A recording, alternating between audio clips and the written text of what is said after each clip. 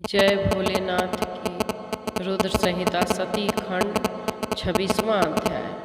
सती के उपाख्यान के शिव के साथ दक्ष का विरोध वर्णन। ब्रह्मा जी बोले, हे नारद, पूर्व काल में प्रयाग में एकत्रित हुए समस्त मुनियों तथा महात्माओं का विधि विधान से एक बहुत बड़ा यज्ञ हुआ। उस यज्ञ में सिद्धगण, सनक आदि देवर्षि, प्रजापति, देवता आदि ब्रह्मा साक्षात्कार करने वाले ज्ञानी आए।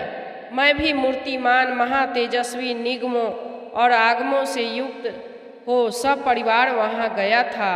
अनेक प्रकार के उत्सवों के साथ वहाँ उनका विचित्र समाज जुटा था। वहाँ अनेक शास्त्रों से संबंधित ज्ञान चर्चा होने लगी। हे मुने, उसी समय सती और पार्षदों के साथ त्रिलोक हितकारी, सृष्टिकर्ता एवं सबके स्वामी भगवान रुद्र भी वहाँ पहुँचे। शिव को देखकर संपूर्ण देवताओं, सिद्धों, मुनियों और मैंने भी भक्ति भाव से उन्हें प्रणाम किया और उनकी स्तुति की। तत्पश्चात शिव जी की आज्ञा पाकर हम लोग प्रसन्नतापूर्वक यथास्थान बैठ गए। भगवान के दर्शन से संतुष्ट होकर सब लोग अपने भाग्य की सराहना करने लगे। उसी समय प्रजापतियों के स्वामी महातेजस्वी प्रभु दक्ष प्रजापति घूमते हुए प्रसन्नतापूर्वक वहाँ अकस्मात आए। वे मुझे प्रणाम कर मेरी आज्ञा से वहाँ बैठ गए। वे दक्ष ब्रह्मांड के अधिपति सबके मान्य थे, परंतु अहंकारी तथा तत्व ज्ञान से शून्य थे। उस समय समस्त देवर्षियों ने नतमस्तक हो स्तुति और प्रणाम द्वारा दोनों हाथ जोड़कर उत्तम तेज युक्त दक्ष का आदर सत्कार किया। किंतु नाना प्रकार के लीला विहार करने वाले सबके स्वामी और परम रक्षक महेश्वर ने उस समय दक्ष को प्रणाम नहीं किया। वे सबके आसन पर बैठे ही रह गए। महादेव जी वहाँ मस्तक न झुकाते देख मेरे पुत्र दक्ष को मन ही मन अप्रसन्न हो गए। दक्ष प्रजापति रुद्र पर कुपित हो गए।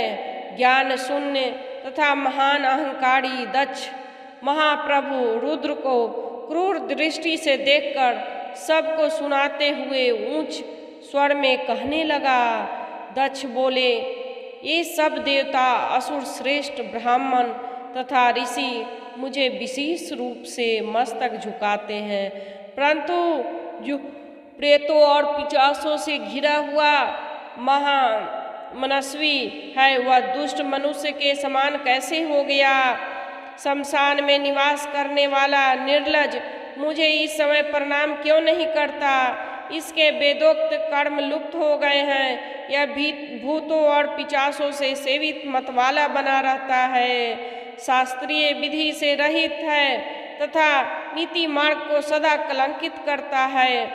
इसके साथ रहने वाले या इसका अनुसरण करने वाले लोग पाखंडी, दुष्ट, पापाचारी तथा ब्राह्मण को देखकर उदंडतापूर्वक उसकी निंदा करने वाले होते हैं। यह स्वयं ही स्त्री से आसक्त रहने वाला तथा रति कर्म में ही दक्ष है। रति कर्म में ही दक्ष है, अतः मैं इसे शाप देने के लिए उद्यत हूँ। ब्रह्मा जी बोले, इस प्रकार कह के वे महादुष्ट दक्ष कुपित होकर रुद्र के प्रति कहने लगा, हे ब्राह्मणों एवं देवताओं, यह रुद्र मेरे इस आप सभी के द्वारा बद्ध है। दक्ष बोले, मैं इस रुद्र को यज्ञ से बहिष्कृत करता हूँ। यह चारों वर्णों से बाहर शमशान में निवास करने वाला तथा उत्तम कुल और जन्म से हीन है, इसलिए यह देवताओं के साथ यज्ञ में भाग न पाए। ब्रह्मा जी बोले, हे नारद, दक्ष की कही हुई यह बात सुनकर भृगु आदि बहुत से महर्षि रुद्रदेव को दुष्ट मानकर देवताओं के साथ उनकी निंदा करने लगे। दक्ष की बात सुनकर गणेश्वर नंदी को बड़ा रोष हुआ। उनके नेत्र चंचल हो उठे और वे दक्ष को शाप देने के विचार से तुरंत इस प्रकार कहने लगे। नंदीश्वर बोले, हे सठ, हे महामूढ़, हे दुष्ट बुद्धि दक्ष, तुमने मेरे स्वामी महेश्वर को यज्ञ से बहिष्कृत क्यों कर दिया? जिनके स्मरण मात्र से यज्ञ सफल और तीर्थ पवित्र हो जाते हैं, उन्हीं महादेव जी को तुमने शाप कैसे दे दिया? हे दुर्बुद्धि दक्ष, तुमने ब्राह्मण जाति का चपलता से प्रेरित हो इन निर्दोष महाप्रभु गुरु रुद्रदेव के व्यर्थ ही शाप दिया और इनका उपहास किया है। हे ब्राह्मण धम, जिन्होंने इस जगत की सृष्टि की है, जो इसका पालन करते हैं और अंत में उन्हीं के द्वारा इसका संहार होता है, उन्हीं महेश्वर रुद्र को तूने शाप कैसे दे दिया? नंदी इस प्रकार फटकारने पर प्रजापति दक्ष रुष्ट हो गए और नंदी को शाप दे दिया। दक्ष बोले, हे रुद्रगणे, तुम लोग वेद से बहिष्कृत हो जाओ, वैदिक मार्ग से भ्रष्ट हो जाओ, महर्षियों द्वारा परित्यक्त हो जाओ, पाखंडवाद में लग जाओ, शिष्टाचार को दूर रहो, सिर पर जटा, शरीर में भस्म एवं हड्डियों में आभूषण धारण करो और मदपान में आसक्त रहो। ब्राह्मण जी बोले, जब दक्ष शिवगणों को इस प्रकार शाप दे दिया, तब उस शाप को सुनकर शिव भक्त नंदी अत्यंत रोष में भर गए। शिलाद के पुत्र शिव प्रिय तेजस्वी नंदी गर्व से भरे हुए महादुष्ट दक्ष को तत्काल इस प्रकार उत्तर देने लगे। नंदीश्वर बोले, हे सठ, हे दुर्बुद्धि दक्ष, भ्रम चापल्य के कारण शिव तत्व को न जानते हुए तुमने शिव के पार्षदों को व्यर्थ ही शाप दिया है। हे अहंकारी दक्ष, दूषित चित्त वाले मूढ़ भृगु आदि ने भी ब्राह्मण तत्व का अभिमान में आकर महाप्रभु महेश्वर का उपहास किया है। अतः जहाँ भी जो भगवान रुद्र के विमुख तुम जैसे खल ब्राह्मण विद्वान हैं, उनको मैं रुद्र तेज के प्रभाव से शाप दे रहा हूँ। तुम जैसे ब्राह्मण कर्मफल के प्रशंसक वेदवाद में फंसकर वेद के तत्व ज्ञान से शून्य हो जाओ। हे ब्राह्मण, सदा भोगों में तन्मय रहकर स्वर्ग को ही सबसे बड़ा पुरुषार्थ मानने हुए स्वर्ग को बढ़कर दूसरी कोई वस्तु नहीं है, ऐसा कहते रहे और क्रोध, लोभ एवं मद से युक्त निर्जल और भिक्षुक बने रहो। कितने ही ब्राह्मण वेद मार्ग के सामने रखकर शूद्रों का यज्ञ कराने वाले और दरिद्र होंगे। वे सदा दान लेने में लगे रहेंगे। दूषित दान ग्रहण करने के कारण वे सब के सब नरकगामी होंगे। हे दक्ष, उनसे भी कुछ ब्राह्मण तो ब्रह्म राक्षस होंगे।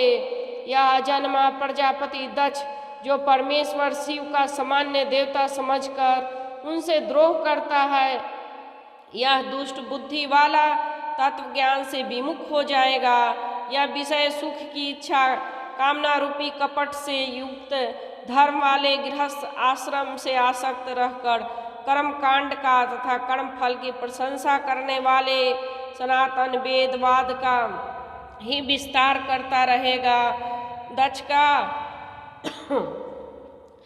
का आनंददायी मुख नष्ट हो जाए, वह आत्मज्ञान को भूलकर पशु के समान हो जाए और कर्म भ्रष्ट तथा अनीति परायण होकर शीघ्र ही बकरे के मुख से युक्त हो जाए।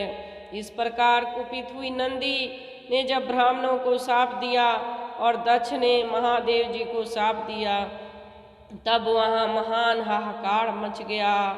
हे नारद, दक्ष का वह शाप सुनकर वेदों के प्रतिपादक तथा शिव तत्व को जानने वाला मैंने उस दक्ष की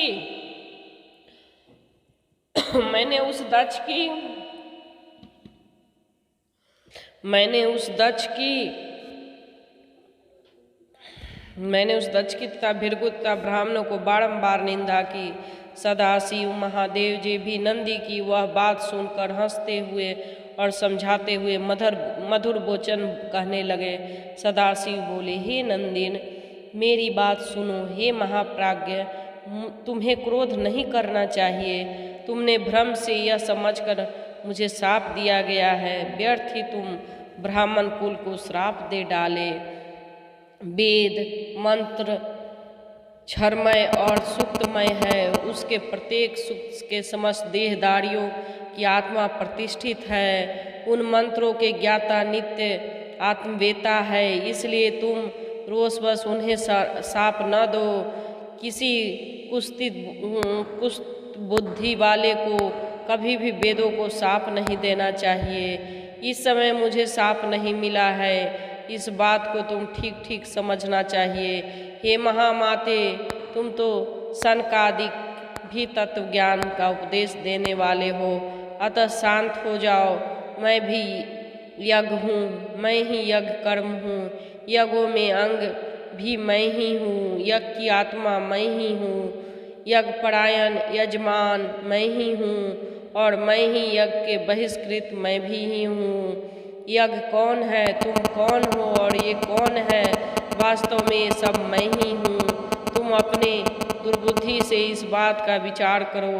तुमने ब्राह्मणों को व्यर्थ ही शाप दिया है। हे महामाते, हे नंदी, तुम तत्व ज्ञान द्वारा प्रपंच रचना को दूर करके विवेक परायण, स्वस्थता, क्रोध आदि से रहित हो जाओ।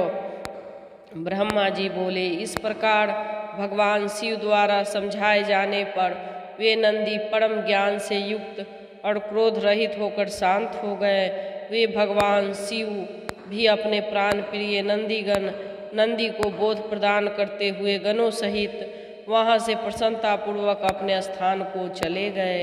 इधर रोष से युक्त दक्ष भी चिंता में शिव के प्रति द्रोह युक्त होकर ब्राह्मणों के साथ अपने स्थान को लौट गए। उस समय रुद्र को शाप दिए जाने की घटना का स्मरण करके दक्ष सदा महान रोष से भरे रहते थे। मूर्ख बुद्धि वाले भी वे शिव के प्रति श्रद्धा को त्याग कर शिव पूजकों की निंदा करने लगे। ही तात, इस प्रकार परमात्मा शंभु के साथ दुर्व्यवहार करके दक्ष अपनी जिस दुष्ट बुद्धि का परिचय दिया वह मैंने आपको बता दिया है।